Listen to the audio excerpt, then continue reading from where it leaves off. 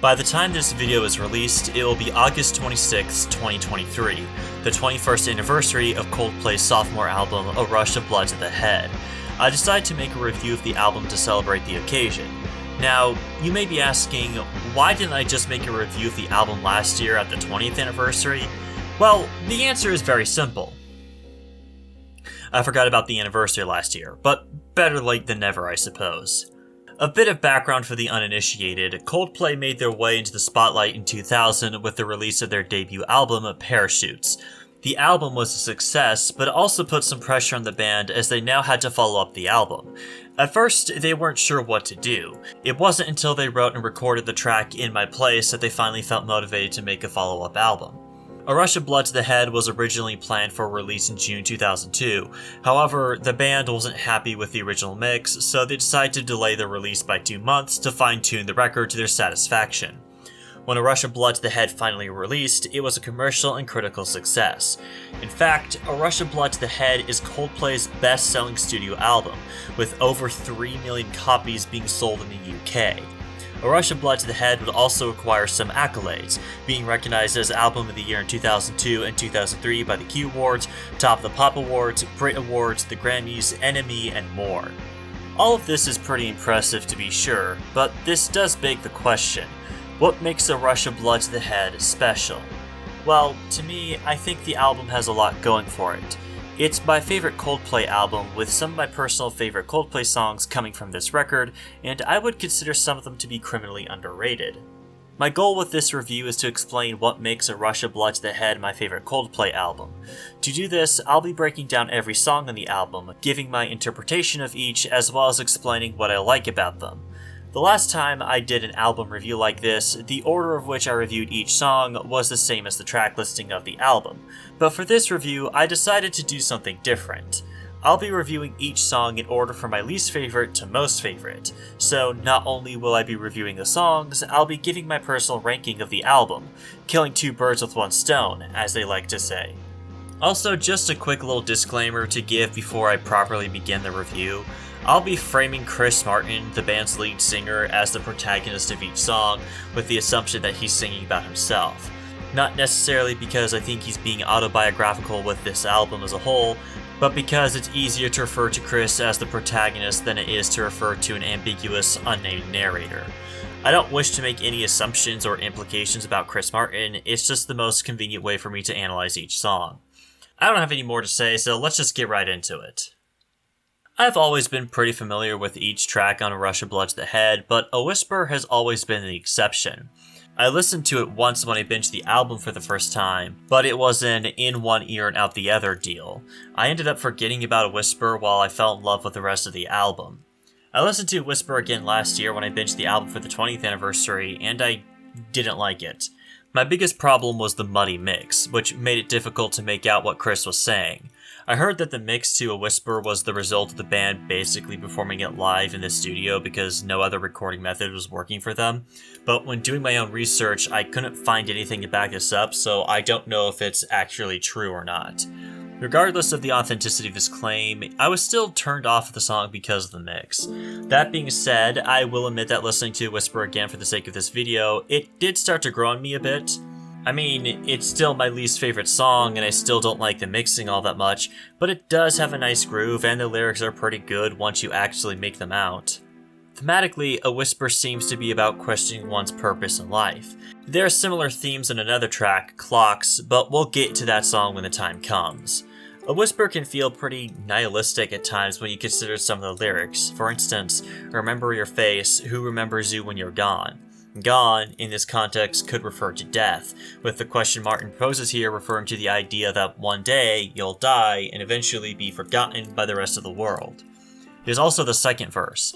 Night turns to day and I still have these questions. Bridges will break, should I go forwards or backwards? Night turns to day and I still get no answers. Pardon me for jumping the gun a bit, but the lyrics referring to night and day remind me of another song, Daylight, which uses darkness as a metaphor for depression. Assuming that A Whisper uses the same metaphor, it could be concluded that even though Chris has overcome his depression, he still has unanswered questions about where to go in his life, forwards or backwards. Then there's the title of the song, A Whisper. At first, I didn't know how to interpret the title, but it didn't take too long for me to figure something out. When Chris sings Just a Whisper, he's referring to himself. Considering the nihilistic themes of the song, Chris could be saying that his life is just a whisper, quiet and insignificant. Now granted, this isn't a perfect interpretation, as the release of Parachutes would have more than definitely made Chris loaded, but in the context of the song, I think the metaphor makes sense. So, A Whisper has grown on me a little bit since I last heard it. The instrumentation is decent, and I do like the nihilistic themes of the song, but that mix is still a problem for me. Who knows, maybe if I listen to the song a bit more, then it will grow on me, but for the time being, the bad mixing and the fact that I'm not as familiar with A Whisper as I am the rest of the album puts it at the bottom of my personal ranking. I read that Chris didn't like Warning Sign and didn't want to include it on the album, but was outvoted by the rest of the band. Why didn't he like it? Well, in Chris's words, the reason I don't like the song Warning Sign is that it makes you feel sorry for the singer, whereas in fact I know it was written at a time when I was being a total knob. The song was inspired by an actual breakup that Chris had, and he's singing about how he more or less ruined their relationship. Now, obviously, I don't know anything about the relationship that Chris was involved in, so I can't make any judgment statements on whether or not Chris was in the wrong or if he's just being too hard on himself, but one thing I can say for sure is that Warning Sign is a damn good song. It has a strong melancholy vibe, which is due in part to the instrumentation. I think the strings in particular give Warning Sign a nice somber texture. The lyrics do portray Chris in a sympathetic light, and I know he doesn't like that, but I don't see a problem with sympathizing with someone who knows what they did was wrong. Some of the lyrics are just heartbreaking. They tell the story of how Chris was looking for warning signs in the relationship and how that ended up ruining it. Those last lyrics in particular hit the hardest. I've seen a more optimistic interpretation of the lyrics where Chris gets back together with the girl he broke up with, but I can't help but disagree with this optimistic reading. As far as I know, Chris never got back together with the girl in question, not to mention the lyrics make it pretty clear that Chris wants to get back with her. I think what's happening here is that Chris is singing about what he wants to happen, not what has actually happened. And I think that's part of the reason why the outro of the song hits so hard. This, accompanied by Chris's falsetto and the bright piano chords, it all comes together to make the ending of Warning Sign an emotional punch in the gut. Now, I've never been through a breakup myself, but I still think that Warning Sign does a great job with the subject matter in question. It at least gives me an idea of what it must be like to go through a breakup, which means that Coldplay did a fantastic job conveying those emotions in the song. Green Eyes is kind of an anomaly on the album. A Rush of Blood to the Head is mostly piano rock, with Green Eyes being an acoustic guitar ballad more reminiscent of their previous album Parachutes. However, that's not to say that Green Eyes feels out of place, because it really doesn't. I can't imagine this song fitting very well in Parachutes. There are other acoustic-heavy songs on the album, especially God Put a Smile Upon Your Face and the title track, the presence of which does give the album some variety. Green Eyes was inspired by American country music, which bassist Guy Berryman became obsessed with while the band was on tour. Lyrically, Green Eyes is about a girl Chris met in America. Who she is, I don't know, because I don't believe Chris has ever said. I would argue that Green Eyes is the most wholesome song on the album. This can be attributed to being in swing time, which gives the song a nice rhythmic bounce, and the lyrics. I will admit that the lyrics are pretty simple and straightforward, but I don't think that's a bad thing. I actually think the simplistic nature of the lyrics fits very well with the vibe of the song. We hear Chris singing about this girl, specifically about how supportive she is, how Chris can trust her, and how anyone who turns her down must be crazy. Chris also sings about how it feels better with her, singing, "I came here with a load, and it feels so much lighter now I met you." Honestly, how could you not feel so good hearing Chris singing about someone in such a positive way? Green Eyes being so wholesome is a nice change of pace. Seeing how A Rush of Blood to the Head has so many heavy and moody songs, it's nice to have an actually happy song on here to spice things up. Daylight is about overcoming depression, with the concept of night and day used as metaphors to illustrate the idea. The night, of course, is a metaphor for depression, with the light being a metaphor for happiness. It starts with Chris singing about how surprised he is to see daylight. He didn't expect to be happy, but it's still a delight to him. You know the meme, a surprise to be sure, but a welcome one. Now that Chris has felt the daylight, he has a newfound determination to overcome his depression, as he sings "Defeat Darkness, Breaking Daylight." In the chorus, Chris sings about a realization he has, and I realize who couldn't live without, come apart without it. The it Chris says he comes apart without is the daylight, as it has been previously established that when he succumbs to the darkness, Chris feels like he's worthless. The who that Chris refers to is a lot more ambiguous, but I think it refers to Chris's loved ones in general, as being open about your feelings to loved ones does help with the burden of depression, and Chris has realized he can't live without them. This could imply that Chris was afraid to confide in them, but now has started to trust his loved ones and let them in. The song ends with Chris singing, slowly breaking through the daylight over and over, and a lot of people make fun of that, but I'm actually going to defend the repetitive lyric. First, the music itself builds up, which adds a sense of momentum to it. Not to mention, Chris puts a lot of energy into the delivery, and this helps prevent the repetitiveness from becoming annoying. At least it does for me. But even from a thematic standpoint, I think the repetitive nature of the lyrics makes sense. Maybe I'm reading too deep into it, but when I listened to the song again, I couldn't help but get the impression that the lyric being repeated over and over again is made to illustrate how hard it is to overcome depression. It isn't an over and done deal. It takes a lot of time and dedication to conquer, and sometimes it can feel like doing the same thing over and over again. But that doesn't mean it's not worth doing, as given enough time, you will feel the daylight eventually. But who am I kidding? Everyone's still gonna make fun of it. I feel that with God Put a Smile Upon Your Face, we reached a turning point and are now starting to talk about the best songs on this album. God Put a Smile Upon Your Face is another acoustic ballad, and it's quite a heavy song. It's about someone who's questioning their beliefs in God, but it's not just about questioning their faith. Their moral beliefs on what is right or wrong is hinged on their faith, and now that they're starting to question that, it makes them question their morality too. When you work out where to draw the line, your guess is as good as mine, Martin sings. Throughout the song, Martin seems to compare himself to someone else, presumably a loved one who doesn't have the same crisis of faith that Chris is having. Chris seems to believe that this individual is better than him because they're not asking questions.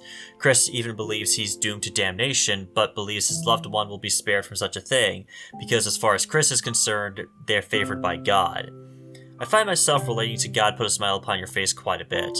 As someone who was religious at some point who started to question my beliefs in God, I related a lot to the questions Martin asks in the song. Granted, I didn't ask the same questions, but I was asking myself a lot of uncomfortable questions about my beliefs that I didn't want to answer at first. God Put a Smile Upon Your Face does an excellent job at recreating that uncertainty and discomfort that one has at such a time. Politik is the opening track on A Rush of Blood to the Head, and I think it's a good way to set the stage for the album. Musically, Politik goes back and forth between aggressive, repetitive strikes of the instruments from all four band members and calm, ethereal piano and singing. The contrast between these two extremes makes Politik a unique listening experience. When it comes to the lyrical content and themes of Politik, it's where things get complicated. If you don't know, Politik was written on the day of 9/11. Politik isn't really about the tragedy itself, but more so inspired by the tragedy, with Chris singing about what he wants out of himself and people so that the world could be a better place to live, one where acts of cruelty like 9/11 don't happen. Politik is quite a clash of emotions. I mentioned the dramatic contrast in the instrumentation before, and I think that really highlights this idea. Politik is angsty, dramatic, and loud, but it's also somber, quiet, poignant, and beautiful. It's complicated and confusing, but when you're dealing with an event as big and as traumatic as 9/11, you're going to have to deal with some complex and confusing emotions. I didn't know the backstory behind Politik when I first heard it. I had a vague assumption it was a love song based off the lyric, "Give me time, give us a kiss," but now that I know what the song is about, it changed my perception of it. I always liked Politik, but now I like it for different reasons. One example is the ending of the song with the lyrics, "Give me love over this." This lyric, paired with Martin's powerful singing and the ambient music, makes it hit so hard and summarizes the point of the song beautifully. Politik isn't one of my favorites from the album, nor is it one of my favorite Coldplay songs, but I can easily understand why it is a favorite for so many people. It's poignant, powerful, and thought-provoking. In My Place was released as the lead single for A Rush of Blood to the Head, as it was the song that made Coldplay want to do a second album, as stated at the start of the video. Musically speaking, In My Place is pretty simple. There's nothing too fancy about it, but I don't consider that a bad thing. I really like the guitar riff despite its simplicity, but I think its simplicity is what works about it, and the actual way it sounds in the song makes it almost hypnotic. In My Place is about Chris finding, well, his place. In an interview, Chris said the following: "That's about where you're put in the world, and how you're given your position and the way you look, and how you have to get on with it." Chris sings about trying to change things about himself that he couldn't actually change. While the specifics are never given, it is implied that Chris's attempt to change did unintentionally cause harm to a loved one, and it caused a rift to develop between the two of them. However, this wasn't done out of any malicious intent, but rather because Chris wasn't in the right state of mind to properly deal with the situation. As he puts it, he was lost, scared, tired, and underprepared. The lesson being learned here is one of acceptance. There are aspects about himself that Chris wanted to change, but trying to do so only caused more harm because those things couldn't be changed no matter what. Chris had to learn to accept himself, to find his place, instead of forcing change. I think this is a lesson a lot of people can learn. So often people find things about themselves that they hate or feel insecure about, which leads to people engaging in self-loathing or trying too hard to change things. Sometimes the best thing we can do is accept the things we don't like about ourselves and make peace with it and move forward so that we can find our place. And here we are, the top 4. These are my top favorite songs from A Rush of Blood to the Head, starting with the title track. A Rush of Blood to the Head is the third and final acoustic ballad on the album. Chris wrote the song with the desire to have a slower song on the album and wrote it as a tribute to the legendary Johnny Cash. A Rush of Blood to the Head is kind of an edgy song, but in a good way. It deals with themes of impulsiveness and revenge, with Chris singing a story about how he's getting revenge on behalf of his lover, but his wrath does nothing more than push her away. A Rush of Blood to the Head has outstanding lyrics. They tell a fascinating story and help give the song a moody vibe. I'm a big fan of the lyrics, "I'm gonna buy a gun and start a war if you could tell me something worth fighting for." I love the idea that Chris has the drive to fight, but he doesn't have the resolve to fight for himself. He needs someone else to determine that for him. Speaking of the lyrics, I remember reading somewhere online that there's a reference to the Manhattan Project in the second verse. I can't remember where I heard that for the life of me, but I do remember that the lyrics in question bear a resemblance to a quote from Oppenheimer. I don't know if the Manhattan Project reference was intentional on Coldplay's part or if it's just a coincidence, but either way, it conveys the same idea. There's a sense of dread in these lyrics, one where Chris's lover watches him carry out his quest for revenge and how much it scares her. By the end of the song, Chris has pushed her away completely. He asks to meet her and wonders when he'll see her again, but he's not going to. The damage has already been done. A Rush of Blood to the Head is a cautionary tale about being impulsive and taking revenge and the damage that can cause. In the case of this song, how it pushes others away. Amsterdam, despite its title, has nothing to do with the city of Amsterdam. It's called Amsterdam because parts of the song were written in that city. Amsterdam is about overcoming depression, similar to Daylight. The difference between the two songs is that Daylight is about the general concept, while Amsterdam is about the actual process. The song starts off with Chris singing about being stuck in a hole, a metaphor for his depression. Chris also sings about how his depression makes him feel, how he lost the will to live, he feels powerless and can't help but blame himself for his predicament. Eventually, Chris tries to climb out of his hole, but fails to do so. Why? I think it boils down to the fact that he's afraid to open up to others. He doesn't want to bother them, so he keeps it to himself, and because of that, he didn't make it. It isn't until the end of the song that Chris finally opens up, telling someone he trusts how he feels. This allows him to finally break free as he sings, "I stood on the edge, tied to a noose, you came along and you cut me loose." The music in Amsterdam builds up, starting with just a piano and Chris singing. It isn't until the bridge when the rest of the band joins in, which happens at the same time Chris opens up in the lyrics. To me, it sounds like a musical representation of Chris opening up, where Chris is no longer alone. There's also this sense of triumph, the idea that Chris finally started making progress. Amsterdam is about the importance of opening up and how helpful it can be when battling depression. It doesn't fix the problem right away, but it's a step in the right direction. The Scientist is one of Coldplay's most iconic and successful songs. Just to give you an idea of how successful it is, it has over 1 billion streams on Spotify and over 1 billion views on YouTube. That's quite impressive, but what about the song itself? The Scientist is another piano ballad, and it's one of my favorite Coldplay piano parts. There's something about those chimey chords that are just pure magic. The Scientist builds up throughout the runtime, similar to Amsterdam, and while I like Amsterdam's build up more, I still think The Scientist is the better of the two songs. The Scientist is a breakup song, much like Warning Sign, and both songs are quite similar, with Chris singing about a relationship that ended and looking back on it with hindsight, trying to determine exactly what went wrong. However, The Scientist approaches this in a different way. With The Scientist, it doesn't sound like Chris is actively blaming himself for the relationship ending. In fact, it doesn't even sound like he knows what went wrong in the first place.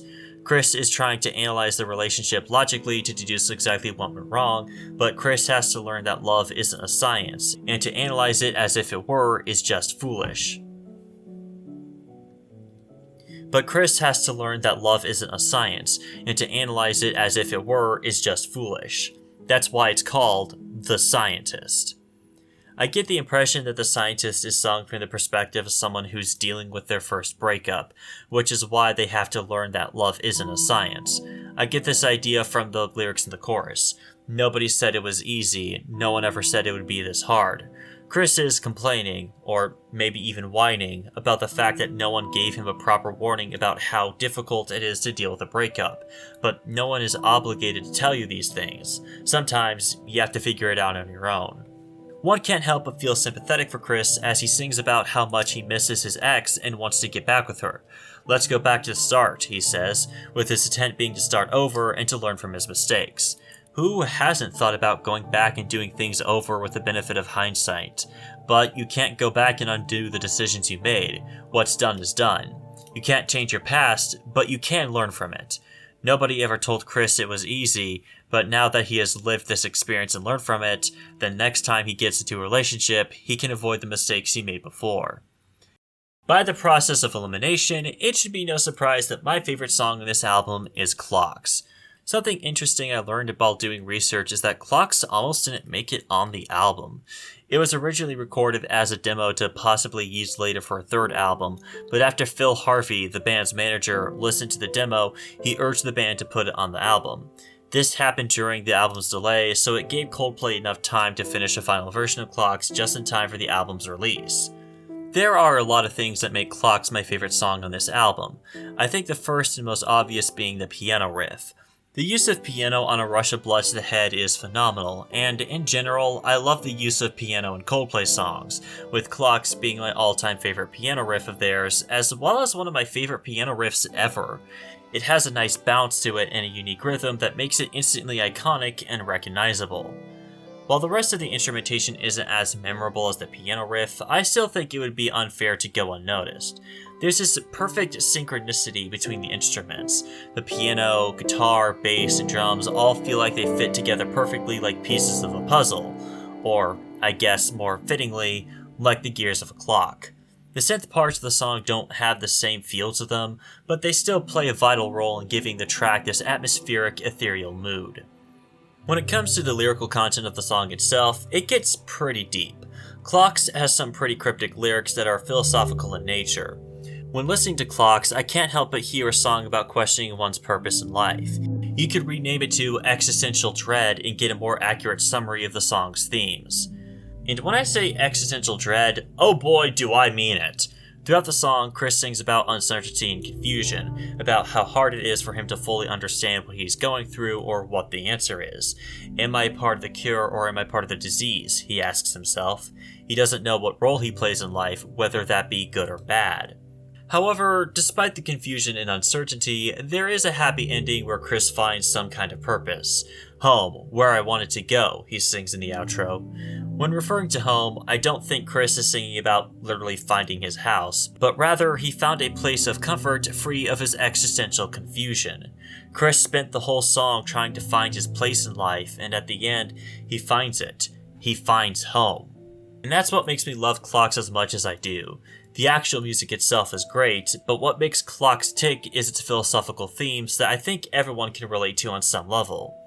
At some point, I think everyone asks, what is the meaning of life? Or at least, what is my purpose in life?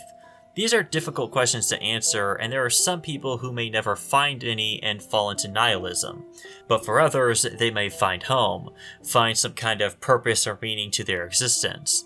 And what that home looks like is going to vary from person to person, as everyone has their own sense of purpose and meaning, and there's something beautiful about that. And now that I've reviewed every song on the album, it's time for me to give some closing thoughts, starting with the overall themes of the album.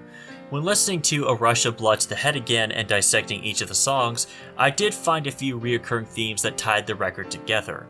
Politik, In My Place, God Put a Smile Upon Your Face, Clocks, and A Whisper are philosophical in nature and ask some intriguing yet uncomfortable questions about life and beliefs. The Scientist, Green Eyes, and Warning Sign all deal with heartbreak and love. Daylight in Amsterdam are about overcoming depression. A Rush of Blood to the Head is about revenge and how it pushes people away. On the surface, this may seem to make the album appear to be scattered with its themes, but I don't think that's the case. I think that A Rush of Blood to the Head is about finding purpose in life in the face of uncertainty. There are going to be moments when life throws some curveballs at you, whether it be a tragedy, questioning your beliefs, a breakup, or depression. Coping with these situations can be confusing and make you ask uncomfortable questions, some of which may not have easy or satisfactory answers, but that doesn't mean there aren't any. In the track Clocks, Chris asks questions about his place in life, but by the end he manages to find a sense of purpose when he sings about home. From this perspective, Clocks can be seen as the thesis statement of the album, about how we all have to find our purpose, our home, whatever that may look like to everyone. A Rush of Blood to the Head began recording on September 17, 2001, 6 days after 9/11. Considering the timeline, I find it hard to believe the tragic events a few days before wouldn't have some influence on the making of the album.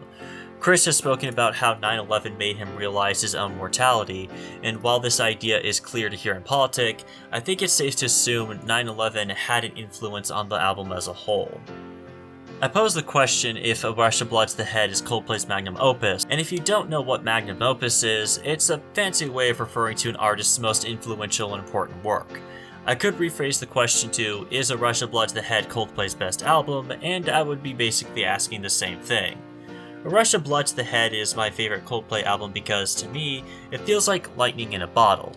Now, that's not to say I think Coldplay stopped being good after A Rush of Blood. In fact, my second favorite Coldplay album, Viva La Vida or Death and All His Friends, came out in 2008, 7 years after A Rush of Blood. I even like post-Viva albums like Milo's I Loto, Ghost Stories, and Everyday Life, but as much as I like those albums, I can't deny that they don't hold a candle to Coldplay's sophomore record. There's something magical about the moody piano rock vibes of the album that Coldplay has never been able to recreate, but honestly, that's kind of a good thing. I think the album would stop being special if they did try to make it again. I would much rather Coldplay try something new with each album than recycling the same ideas over and over. There are a lot of people who don't like Coldplay, and I don't understand why. I get that music taste is subjective, but it baffles me that someone can listen to songs like Clocks or The Scientist, or songs on other albums like Yellow, Viva La Vida, or Paradise, and say that the band who made them is bad. Like, are we listening to the same band? Genuine question. Are we listening to the same band? Listening to A Rush of Blood to the Head again for the sake of this video has done nothing but reconfirm my love not just for this album, but for Coldplay as a whole. Their previous album, Parachutes, is pretty good, but Coldplay was wearing their Radiohead influence on their sleeves.